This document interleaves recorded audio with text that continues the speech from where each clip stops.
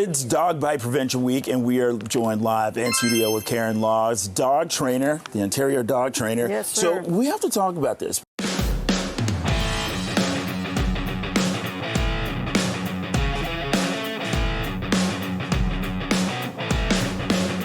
Because look, we recently heard about a horrible incident with a dog bite, and then we have the other side of the story. One of our coworkers, Carlos, his dog Eddie bit him in distress. It was a mistake. So let's talk about that right now. What are you saying? What are you supposed to do?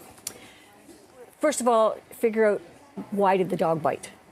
Is it unprovoked?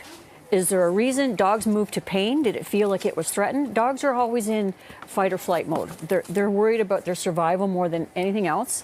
And often, in fact, just this morning at home, my husband went to put a raincoat on one of our dogs that are here for boarding. Come here, Max. And he tried to bite him because he felt threatened. So if the dog feels threatened, it will move to protect itself. And how do you deal with that? Is you back away, stay calm, and don't yell. Because the dog is just doing what, if someone comes up and bumps into you, you're going to push back.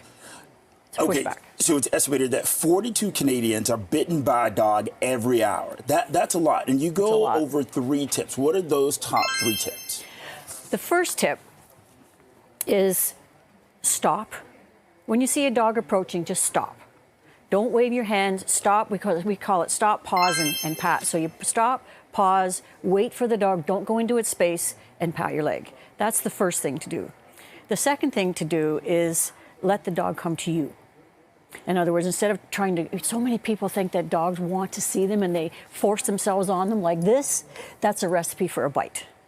And the third thing is to let the dog come in and just let it sniff. And then when it's telling you it's ready to be petted, like he's doing now, then you can reach down and touch him at his own pace. Don't reach over his head when you want to pet a dog that you've never met before.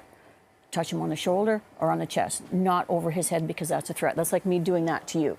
And people tend to go back when someone does that. Okay, so Karen, people around Toronto, we have a lot of dogs. There are a lot of dog parks.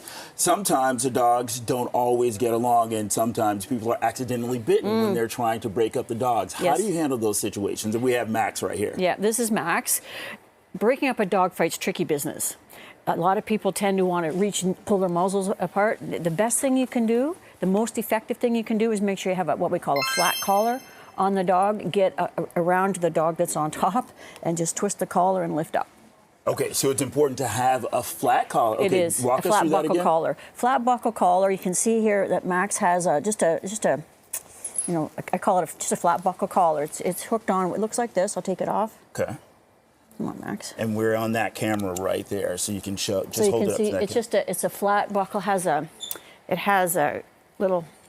Come here, Max. Hey, Max. Clip like so. Max wants to go visit everybody. Come here, Max. So I like to have one of these on, and particularly in a multi-dog situation. Okay. So I put the collar on like this. Now these ones, I prefer a buckle to a snap, because buckles are more reliable. But because these can come undone. But what you want to do is the dogs they're fighting. You get in on top and you try to grab the collar and twist, and lift up.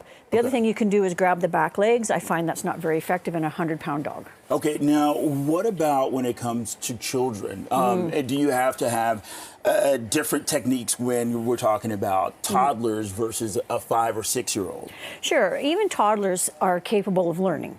And they learn, we teach toddlers boundaries.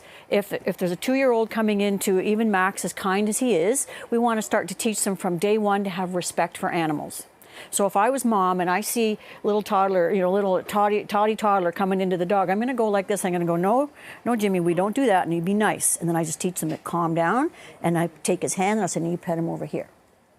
There's a recent video that I posted of a German Shepherd on a couch and a baby in his face. And the dog is doing everything in its power to stay calm and controlled and not lash out at the child who's in his personal space. Dogs don't like that. So many parents worry about, we want her to love our baby as much as we do.